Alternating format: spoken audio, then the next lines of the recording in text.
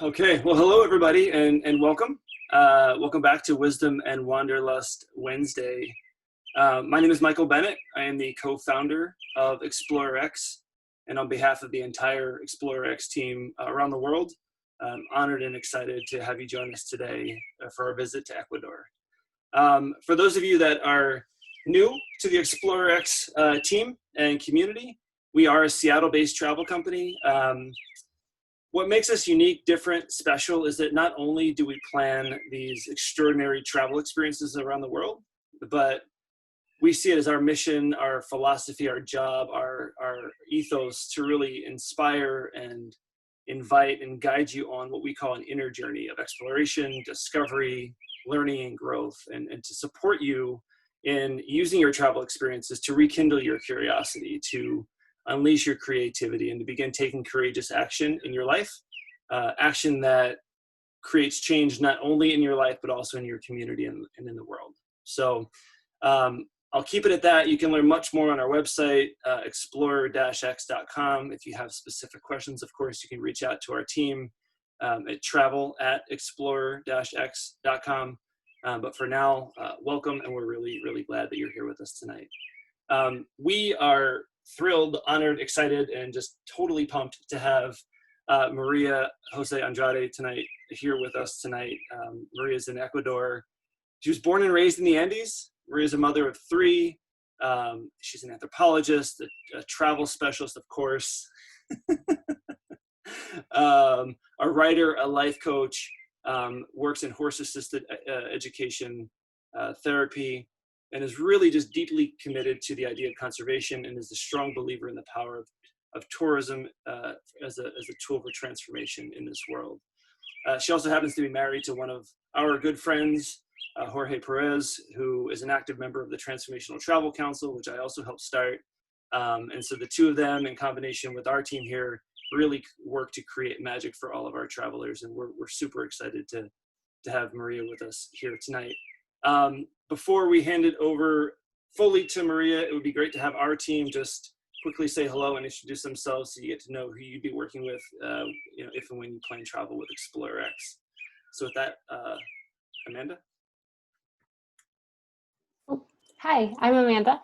I manage our small group journeys and also assist Robin with travel design for our custom trips. Hey guys, I'm Robin. I'm a custom travel designer with the team here, and I assist Amanda with some of the small group journeys as well. I have a background in both international and domestic US-based travel design, and I live in Bozeman, Montana. Hi there, I'm Sienna. I'm the travel design and operations specialist at ExplorerX, and I'm based out in Seattle. Awesome. And Maria, can you just say hello for a second?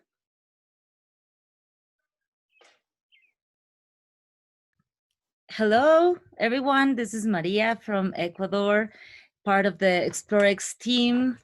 And I'm very, very happy to be here tonight with all of you. Awesome. Thanks, Maria. Well, because before we get started, before I hand it back over to Maria, who's the star of our show tonight, just a couple quick housekeeping items for you. One, we're going to do our best to keep this as close to an hour as possible. I know it's late in the evening here, and so we want to honor your time. We are recording this, and it will be available afterwards. So at some point tomorrow or the day after, we'll send out an email, not only with the recording, but with some additional information about travel to Ecuador that might be of interest to you. If you have general questions throughout the discussion presentation tonight, there should be a Q&A box, so please use that to ask questions, and then we'll take all of those questions at the end after Maria and her presentation. If you have specific questions about the presentation that sort of need answering more immediately, there is a raise your hand tool, so please just do that, and either Robin or I will address, just get that taken care of for you.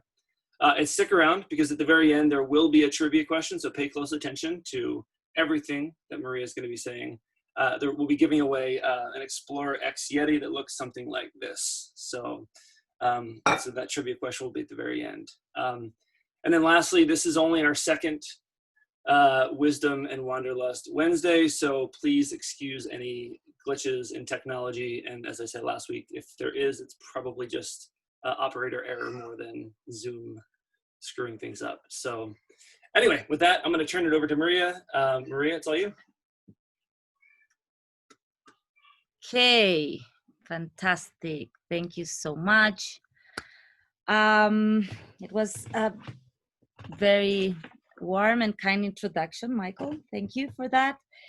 And okay, so today I'm going to be sharing with you the background where I come from, the country, and the culture that I was raised with. I'm not a native speaker, but I'll do my best. So in case I made up words, just let me know, okay? Sometimes I just put the accent and I'm totally sure that it's a word. Okay, so as an introduction and an overview of the country, Ecuador is relatively small country in the heart of South America, between Colombia and Peru, close to the Pacific coast. We're crossed from east to west by the equatorial line, which is an imaginary line, and we got our name from it. So many people, when they talk about the equator, will relate as a country or as an imaginary line. But this imaginary line has also one key concept, which is we are in the middle of the world, and that means that in this area, all around the globe, during glaciation, it was the hottest spots on the earth. So it was actually a place with many hotspots of biodiversity. So I'm explaining a bit of geography to understand the special location that Ecuador has, because it's fantastic, it's marvelous. It has inspired many explorers and scientists and theories that now we rely upon. So it's important to understand this concept about where. These hotspots, for those of you who are into, who know a bit about religious in history or information, this could be like Noah's Ark, you know, when everything was frozen. In these hotspots is where the biodiversity moved. So there was a huge amount of adaptations, and different species use these places as a refuge. Then we have the Andes, which is a very, very long mountain range, bigger than the Rockies or the Alps. And the Andes gives these specific hotspots another very interesting concept, which is different ecosystems on different ecological floors. That causes a lot of a high endemism, meaning specific plants that grow in just that specific place. Okay, so we have the Andes, we have the equator. Then we have the coast, and in the coast, we have two currents, Humboldt current coming from the south, from Chile, and El Niño current coming from the north, California, Mexico. And they both crash in the coast of Ecuador and drive through directly to the Galapagos archipelago. That means we have species and plankton and a lot of food coming from the south and other species complementing from the north currents. Those are some of the main factors that gives Ecuador this unique taste. It's a small sample of South America in one compact, easy to travel country. We have the Amazon basin, we have the Andes, we have the coast, we have the Galapagos, and you can visit and you can see the whole country in well, not the whole country, but you can see a lot of it and a lot of different ecosystems in a very short period of time.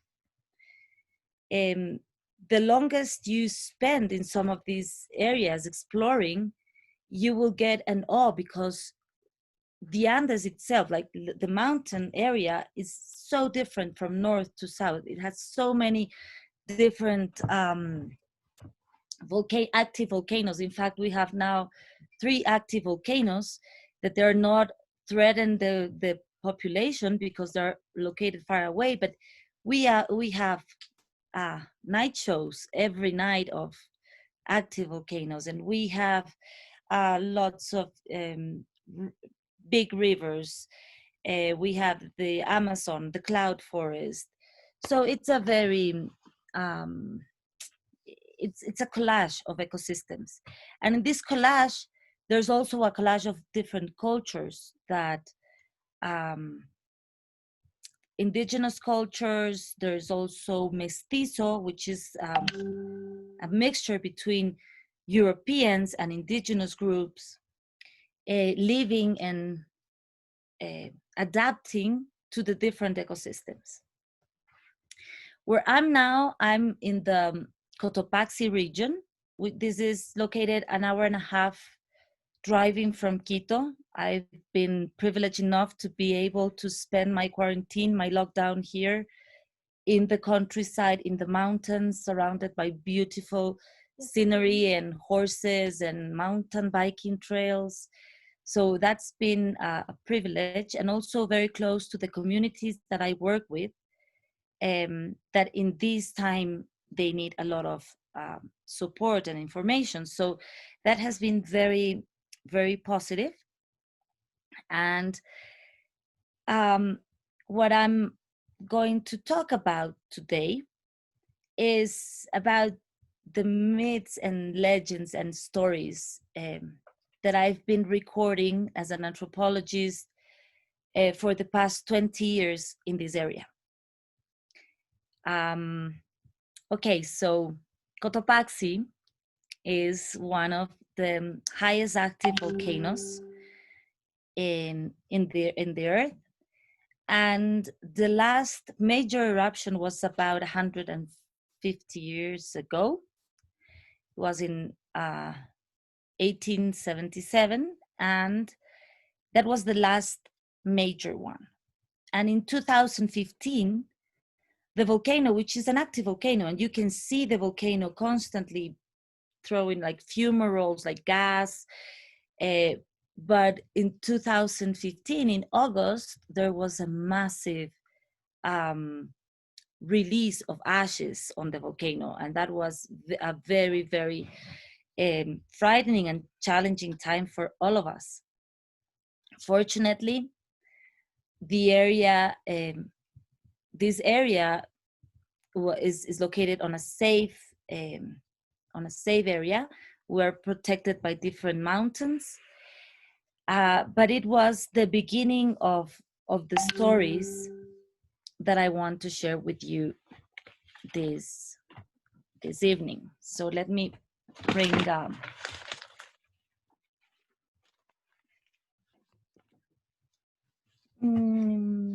necesito eso.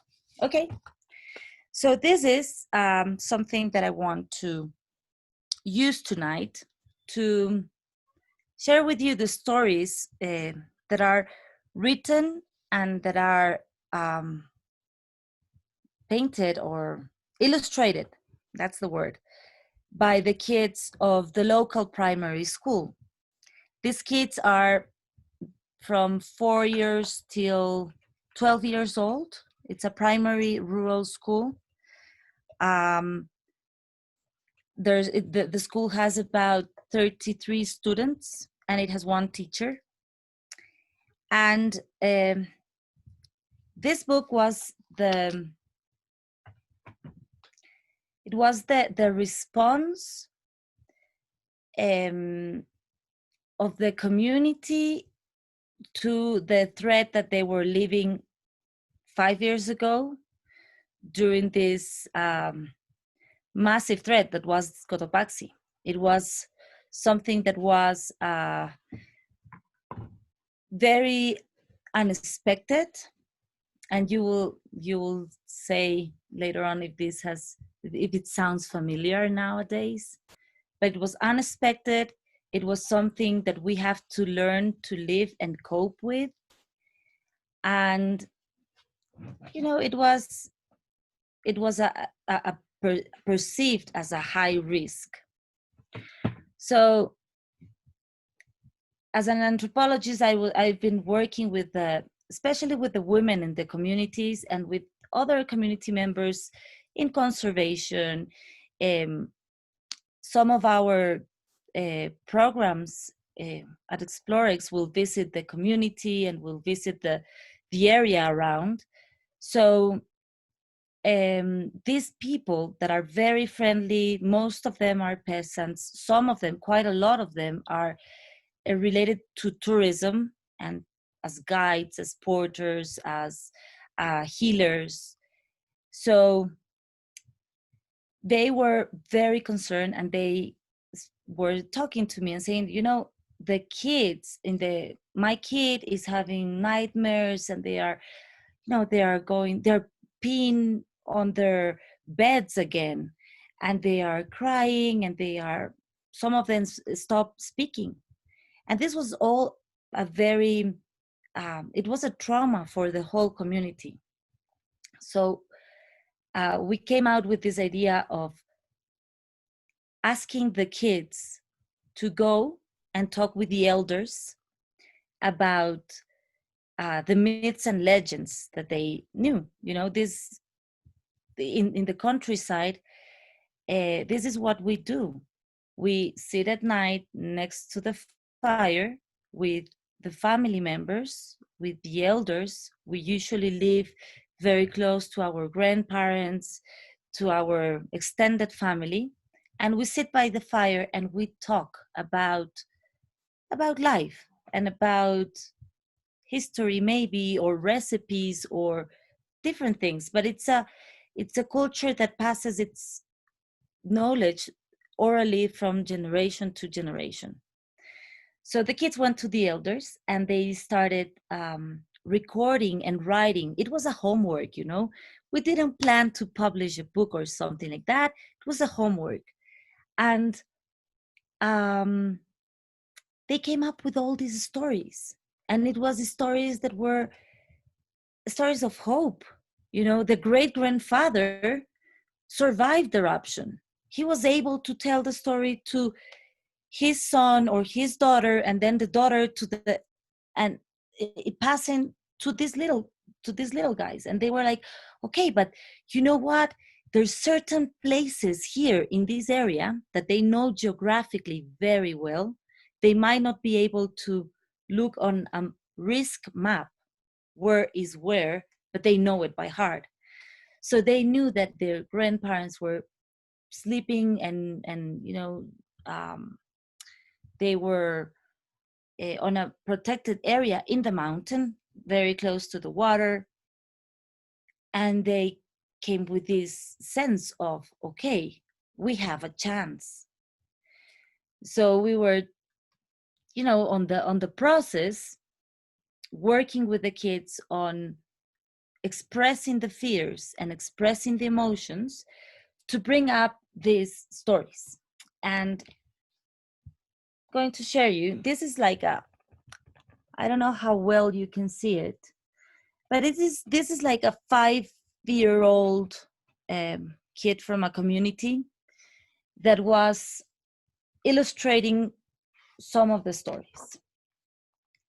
The stories that I'm going to tell you are one that I've chosen because it's one of my favorite. It's called The Battle of Volcanoes, and this is the illustration. And this is like very abstract art, I will say. I love the use of the colors, but this is very abstract. And this is by one of the youngest kids of the school. So I'm going to read it. It's a very short story, and then we will talk about the story itself. So the name is the Battle of Volcanoes. And they say that there is a great mystery surrounding volcanoes.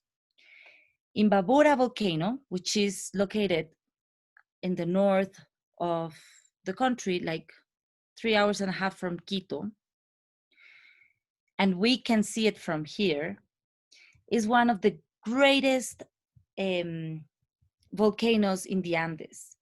But there's a bigger one, which is a mysterious Huaca. It's a Huaca is it's a sacred place, okay? So this Huaca is Cotopaxi, which is a warrior. These two enormous volcanoes fought for years with great eruptions and powerful lahar flows. They were showing off because they want to attract and they want to capture the attention of beautiful Tungurahua volcano. Tungurahua is down south. So all of these are more or less 2.5 hours driving from each other. For centuries, they were fighting. Meanwhile, Chimborazo volcano, which is the highest active volcano in the country, highest volcano in the country, and it's in fact the furthest point from the center to the earth. If you measure from the center of the earth, Chimborazo will be the tallest mountain in the globe, and that's because of the equator line. Okay, so Chimborazo was looking at all this battle between Imbabura and Cotopaxi for Tungurahua's love. But at the end, Chimborazo won the heart of Tungurahua and became victorious of this battle. From this union, a new volcano was born, Huaua Pichincha, which is the volcano we have in Quito, who's like a baby. And the old people say that when Huaua Pichincha, Huaua means baby in Quechua, Huaua Pichincha cries, it's because Mama Tungurahua wakes up and Taita Cotopaxi gets mad. And this is a very popular saying that people locally say, that when Pichincha starts activity, then Tungurahua starts activity, and then Cotopaxi starts activity. So this is the love affair between all these peaks and volcanoes. And this brings us to the next story, which is Rumiñahui Protector, or Rumiñahui the Guardian. Rumiñahui is another volcano that is located very close to Cotopaxi. He wasn't involved in all this love affair between the other volcanoes. You know, this guy was a bit out of that of the table. So Rumiñahui means stone eye in Quechua. Rumi means stone, and Ñahui it's an eye. So they say that a while ago, when Cotopaxi was starting activity and throwing ashes, my mother, this is a story told by a kid and written. My mother told me the story of Cotopaxi and Rumiñahui. She said that the people in Machachi, which is a very close nearby town, had a lot to thank to Rumiñahui because it was the protective volcano. When Cotopaxi wanted to erupt, Cotopaxi would ask Rumiñahui to bend down a little so that he can see the people in Machachi. But then Rumiñahui say, I won't bow because I'm not going to move, because I'm going to protect these people. If I move down, then your ashes and your lava and your fiercely rocks will fall upon my people. So it turns out that Rumiñahui become the protective curtain between Cotopaxi and the community. Okay, so there's about 12 different stories in this book. And as you can see, it has a lot of it has a strong relationship of the culture and the people of the culture and the environment. The livelihoods of the people in the Andes are completely related, and we rely upon the geography that surrounds us. In the Andean cosmovision, in the way Andean people perceive the world, nature has living forces. And according to the Amautas and the shamans and the wise people from the different communities, when we break the balance of the different forces is when we start to get either illness or natural disasters or different problems as a society. So they, as the Andean cosmology, what it looks for, it's to restore the balance that has been lost. So as you see on these stories, there's concepts like duality. There's a male volcano and a female volcano. There's upper and lower. There's hot and cold. And also there's a wheel between these natural forces. Some of these volcanoes will be erupting as a course, for example, for the community because they didn't respect or they didn't behave. But there's others who will be protecting. So there's always a spirit that lives within these natural forces. And these are some of the stories that attract many explorers. I want to talk a little bit about a few that I think that are very relevant. One is Alexander von Humboldt, that actually got this whole sense. He developed this concept of the web of life, of the ecosystem, of the different ecological floors. This was a Prussian explorer, could be like a German explorer, that came in the 19th century to South America, he started in Cuba and came down, and then he went to the US, and he had a lot of impact in the US as well. So in US history, I think Humboldt has its place. But he was talking with people, and through his observations and talking through the locals, he realized this concept of the ecological floors that he later on developed. And now we use his knowledge to understand global warming, which is it's an actual it's very actual nowadays. A bit happened with Darwin, which was a bit different.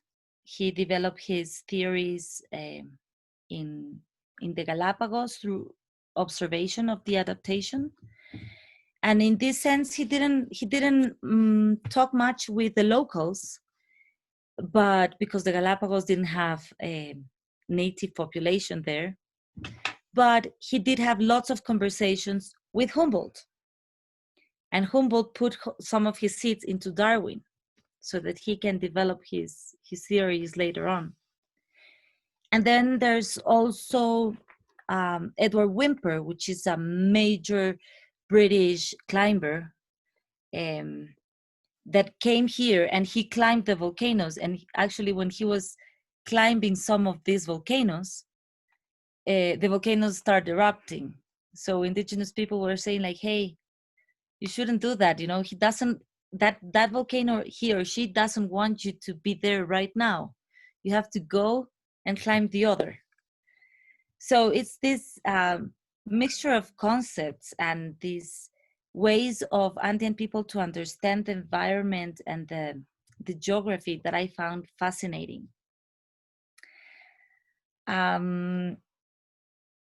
Okay, so I I'm now open to start the conversation. Sure. That was wonderful. Okay. Now that she came, let me introduce you. This is my daughter Alicia, and she's been listening to this story, and now she's going to bed. So bye. Good night, Alicia. Oh, that was awesome and beautiful, and thank you so much for sharing and explaining and helping us at least to begin to understand some of the stories a little bit. It also felt very much like we've been sitting in your home for the past half an hour, and I know that it's an opportunity that we'll all get hopefully when we get to travel down and visit you and Jorge there. So two things that came up for me, and then we'll open up to questions and other comments and things like that. One is, when we talk about myths and those kinds of things and legends, anyone who knows me knows that I'm a huge hero's journey dork and geek, and I sort of see the world through the lens of the hero's journey, and so it's really always fascinating to hear some of the stories from the different cultures and the different destinations that our travelers go to, and see some of the similarities, right? And see how there's always a call to adventure. There's always a challenge that we go through, right? There's always mentors and allies and people that are there to support us through the difficult times and to help us learn and grow and overcome those challenges, and how at the end of the day, we're able to receive a really powerful gift that comes from that. The gift of this book is, being one of them, right? That came through this difficult time that happened a few years ago. So it's always special for us to hear different traditions and stories and myths. The other thing that struck me was that, when we think about storytelling, so much of travel is really about storytelling, right? It's not only about, going to Ecuador or going to whatever destination, and beginning to try to understand their story, and then coming home and sharing your story of what your travel experience was like there. But the way that we look at things, the way that we inspire and invite and hopefully empower our travelers to go out and explore the world, is that it's also an opportunity to look at your own story, right? And where are you coming from, and where have you been? Where are you right now, right? What's going on in your life, and how do you then take all of these incredible experiences and people that you meet and things that you do while you're traveling through Ecuador, and use them to maybe begin to retell your own story, right? To be able to see yourself through new eyes and from new perspectives, and hoping that then inspires you to take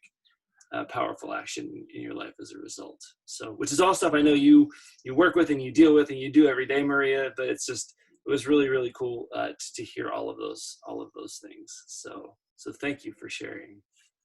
Lovely to share. I like to tell the story. I like to, one of the things that I've been working in tourism for 20 years, and it's always different, and it's always it's like food. It's like food for the soul. Yeah. One of the programs that we run with Explorex, and that I found fantastic, is the one that has to do with this sharing with the communities through the senses. So in this program, Explorex guests will come to visit the community on the school usually, and there won't be a guide translating or interfering. It's sharing through the senses, is learning from the other through the universal language that we all speak. So through taste and through music and through jokes and through games, we began to interact. Even though we don't speak necessarily the same language, we began to interact with the locals, and that's been great. Every time that I'm there, just presencing this magic happening between people that I don't know. They come from Seattle or from, I don't know, California, and they come to El Pedregal community to meet the authors, or they go to Otavalo, or they go to all these different places that you put up together on the journeys, and they have these interactions. that's when magic start happening. And when we start seeing the other as somebody so similar and with so many similar concerns. So I love it. I love it. It's a very powerful tool to touch um, the soul of the people, the visited and the visitors. Yep. And one of the things, without getting into a potentially a touchy subject, but one of the things that we've been dealing with here is embracing diversity while at the same time understanding and looking at similarities, right? And trying to balance the two, right? Mm-hmm. So for sure. We've got a couple really great questions that are coming in here. So let me start here. One is 5 years have passed since Cotopaxi's last activity.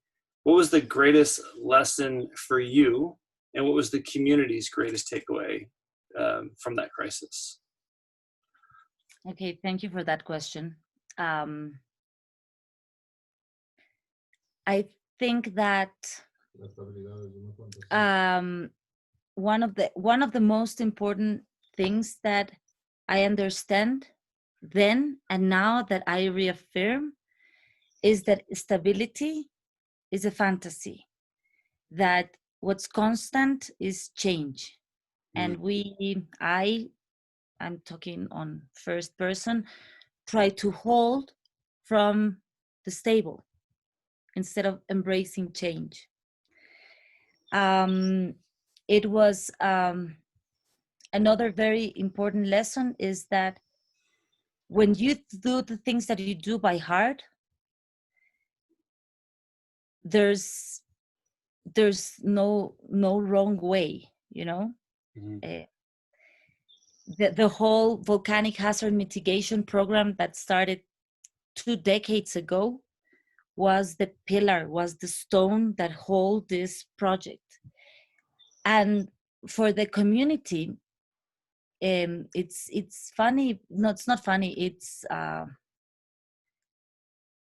weird to see it. Nowadays, they are facing the same challenges as they were facing in Cotopaxi, which is uncertainty and lack of information.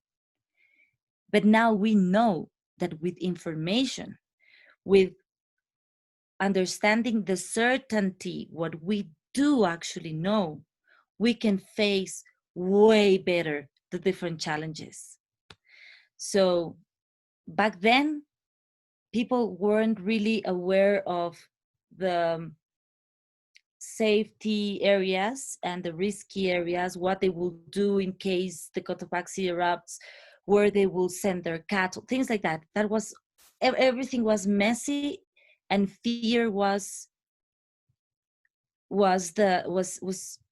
blinding us. It was fear blinding us. So nobody could actually think. When we start opening up a bit and getting information and getting and empowering ourselves with this information as a community, is when people start empowering themselves. So I think that the giveaway back then was understand the volcano on a scientific basis and learn that the facts and the information are really important to take decisions. Yeah. That's awesome. And a follow-up question to that. You started to touch on this a little bit, but how do you take those lessons and apply it to the current pandemic that's going on?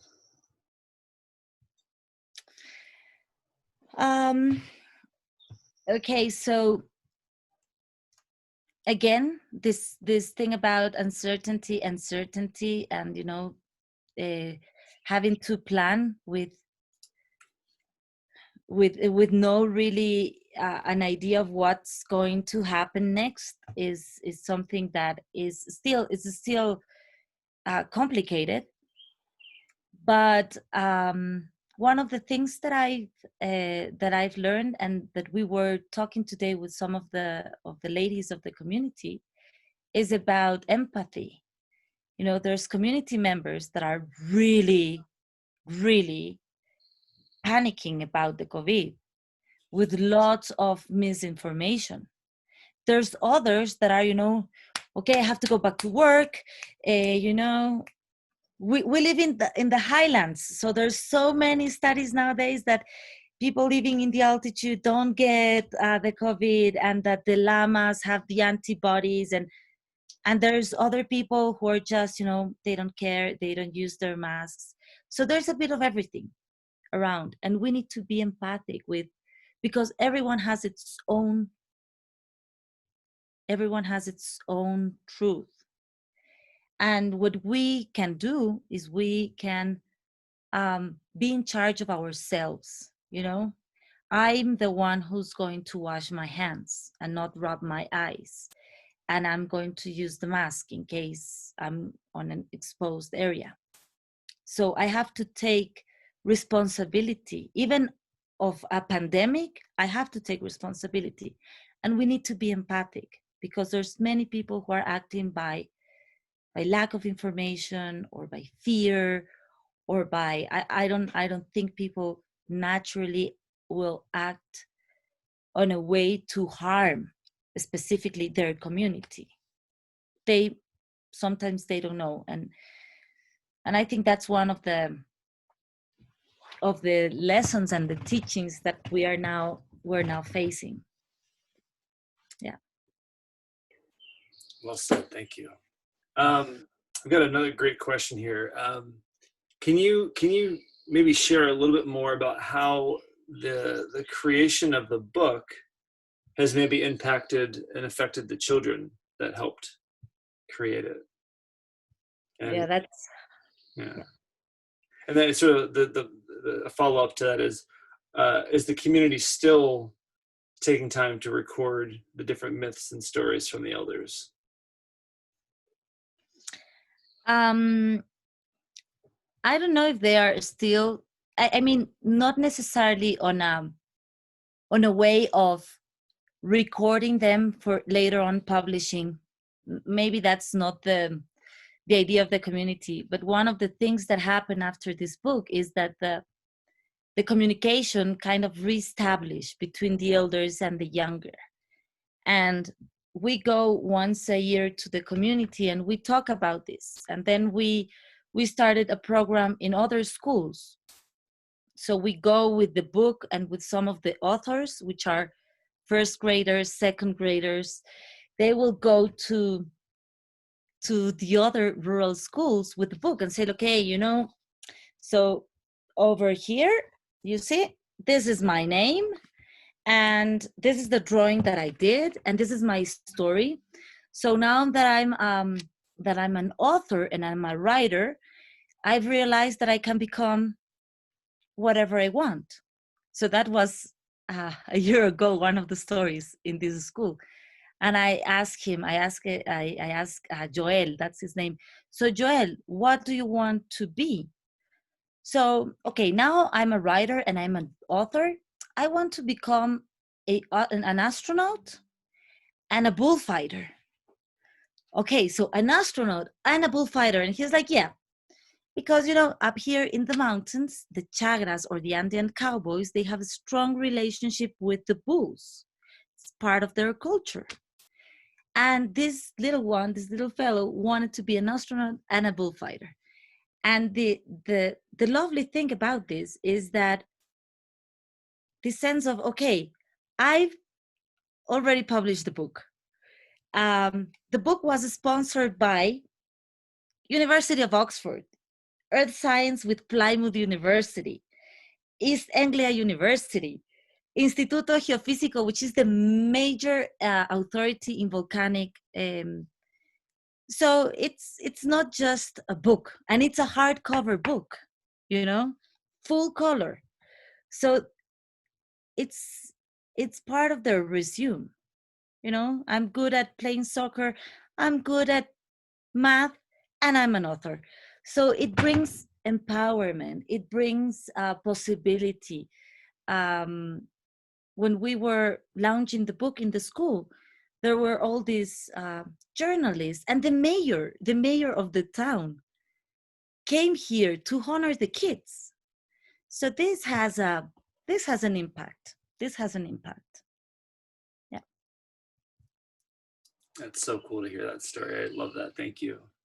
I've got a couple questions here that are more sort of specific to the destination in terms of like just general travel to Ecuador. What would be the best time of year to visit? Understanding where you live on the equator there, and seasonality is not quite as much as it would be elsewhere. But tell us what your favorite time of year to visit Ecuador would be. Favorite time of the year to visit. Okay, so we have two seasons, which is the green season or the rainy season and the dry season.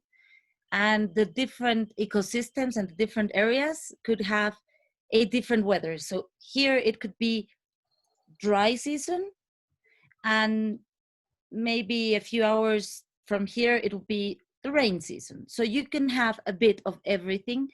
It's we have a very pleasant and mild weather. So weather, like, I will say your summer, like June, July, and August, it's a pretty good timing. It also is good because it's part of your holidays, in at least school holidays in the north, in the US. But I think that it depends on what you want to see. For example, if you want to go diving and you want to go to Galapagos, I think December, it's a very good time of the year. There's excellent possibilities of spotting schools of sharks and many things. If you want to do mountain climbing, then from September till March, that's a very good time of the year. If you want to go after fiestas and cultural things, then year round, I'll say like 360 days per year, you'll always find a parade, a fiesta, or something happening around the country. If you want to go to the rainforest and feel the rainforest and feel what's rain in the rainforest, then that could be from May until September. And it's a very good time of the year to be in the rainforest. So it's good for spotting animals. The rivers are high. So I'll say that Ecuador it's a friendly country to travel year round. Yeah. It's your passion and excitement is palpable. It's awesome. I love it. We've got just a couple more questions here, and actually there's like 3 or 4 comments that are fairly similar. So I'll just read one of them to you. It says, more than a question, I'd like to congratulate Maria for keeping alive the myths and legends of the magical Andes through the stories and eyes of the new generations. It's great to give it's a great initiative, to give them a voice. And there's like a bunch of those types of comments. So acknowledgement and appreciation for that. We get this question all the time. If someone had 10 or maybe even 12 days to visit Ecuador, understanding the preferences in terms of what they'd like to do, but what's a sort of a fairly classic travel experience en route through Ecuador?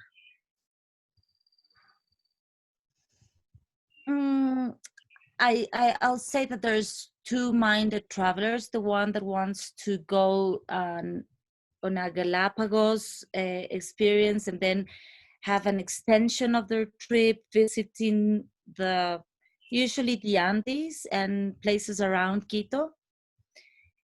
And that's one way of doing it. And there's another way of doing it, which is exploring the continent, which is it's like a big Galapagos, everywhere you go, you'll have endemic species and you'll have different ecosystems. And so I think that there's two ways to go.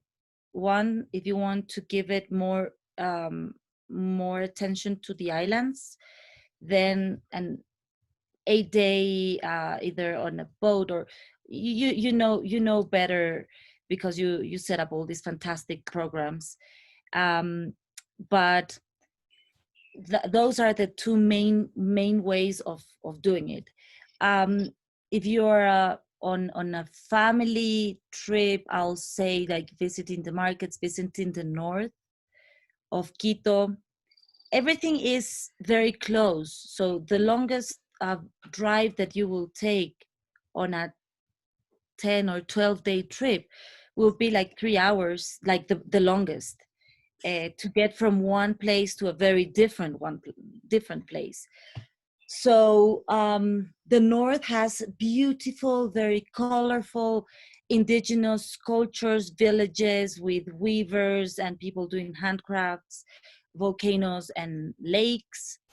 Then you have the central highlands with Cotopaxi, where it's an adventure hub. You have lots of activities: horseback riding, mountain biking, hiking, trekking, volcanoes, things like that. And then you have all the way down to the south, maybe Cuenca, which is a colonial town that's very beautiful.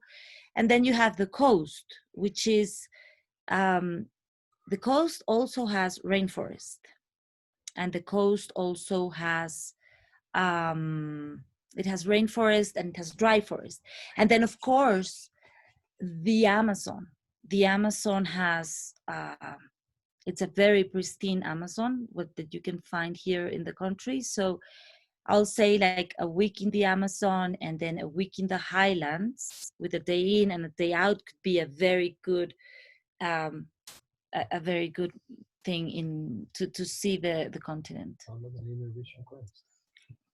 Yeah, and you know, look, understanding that almost everything we do here is custom crafted, so based on everything from trip length to budget to interest and all of those things, I would say the two most common I think experiences that our travelers typically have are a couple days in Quito, heading down to Cotopaxi area, and then from there either going to the Amazon or heading out to the Galapagos, right? And those tend to be the two routes that most people take, and it typically, you know, thinking back to our travelers that we've sent down there, typically I'd say 12 to 14 days is about the time like where you can really do all of that and do it comfortably, not feel rushed, really settle into the experience. Cool. I think for questions, that's it for right now. Before we go, we have a trivia question. So we do we'll ask the participants that are still with us this question. Now, Robin, we're going to do, is it through the chat that they're going to respond? Yes, the first person to answer in the chat, not the Q&A, is going to be the first person to answer correctly, I should say. Fair enough. Okay. All right. So if everyone's ready, our trivia question for tonight, and the prize again is one of these really awesome ExplorerX branded Yetis. The question is, when was the last major eruption of Cotopaxi volcano?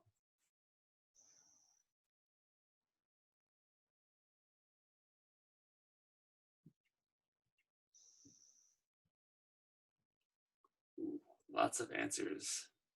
Robin, you're gonna have to make a judgment call on this one. So we have one that says 150 years ago. Yep. Does that qualify? You're the judge. You're the judge and jury here. Yes, I believe it does, Maria. Perfect. Oh, we're gonna go with a yes on that one. So, Valeria, we'll reach out to you after this and get your information. We'll be able to send you one of these awesome Yetis. So thank you so much for paying attention, for answering that. We're just about out of time here, guys. So before we go, again, a couple more housekeeping items. One, next year, 2021, we actually have 2 small group journeys planned to Ecuador. The first one is tentatively planned for January. Obviously, with the current situation, we're going to be paying close attention to that and making sure that safety and security are the most important thing, and taking that into consideration. But currently, it's planned for January. This trip will be 3 or 4 days in Quito, and then spending 6 nights out in the Cotopaxi area, and then ending in the Amazon rainforest basin. So, and then we also have a trip in June, or is it May, Robin? I should know this. Amazon Awakenings. It's in May. Sorry, I'm on mute. It's in May. Yeah, thanks, Amanda. Okay. And how can you guys just say a little bit more about that trip, since you know that one a little bit better than I do? Oh, yeah. So this one is with sound tracker Gordon Hempton, and he takes you deep into the Amazon to kind of live amongst this tribe out there, and he'll take you sound tracking. So you'll go out with these, like, he's got these headphones and like a big microphone, and so it just amplifies the sounds of the jungle, and you go really out deep, and you can have the option of doing a solo camp out or just spending your time in the village with the local villagers. So really immersive experience. Yeah, and then our co-founder Jake Hopper is going to be joining Gordon on that trip. So Jake will be there to really, invite conversation about what you're experiencing, what you're learning, using the idea of listening to the sounds of nature, as a metaphor for listening to your own heart, right, and those kinds of things. So really, really powerful experience next May. So there are details about that on the website now. There will be details about the January small group journey that should be out in the next few weeks. If you are interested in learning more about them, you can find both of them on our small group journeys page on our website. And there's a little link that says "Keep me posted" if you want to learn more. Next Wednesday at 5 p.m. Pacific, we'll be joined by our good buddy Boggy in Mongolia. Boggy's going to take us on a little tour of his gur, which is a traditional Mongolian yurt, and tell us more about what it's like to travel in Mongolia. So don't miss that one. If you do have questions that are specific for us, for Maria or Jorge, about travel to Ecuador, you can email us at ecuador@explorer-x.com. If you have general inquiries for the Explorer X team, you can reach us at travel@explorer-x.com.